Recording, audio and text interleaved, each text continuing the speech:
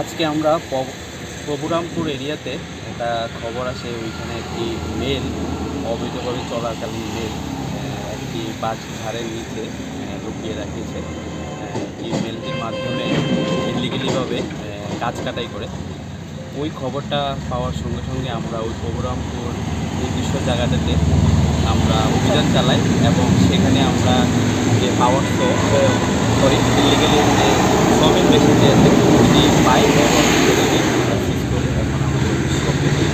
কাউকে আটক করা সম্ভব হয়েছে? না, আটক করা ছিল না, কারণ এটা ওইখানে লুকানো অবস্থায় ছিল। এখানে কোনো ধরনের আমরা লোককে দেখতে পাই। এই মিলটা যে জায়গাতে চালানো হচ্ছিল সেটা কি সরকারি জায়গা ছিল নাকি না, কারণ নামের জায়গা ছিল? সরকারি জায়গা বলতে এখনও আইডেন্টিফাই করিনি। আমরা আইডেন্টিফাই করছি এটার সঙ্গে কে জড়িত আছে, তার বিরুদ্ধে আমরা একটা স্ট্রিক্ট অ্যাকশন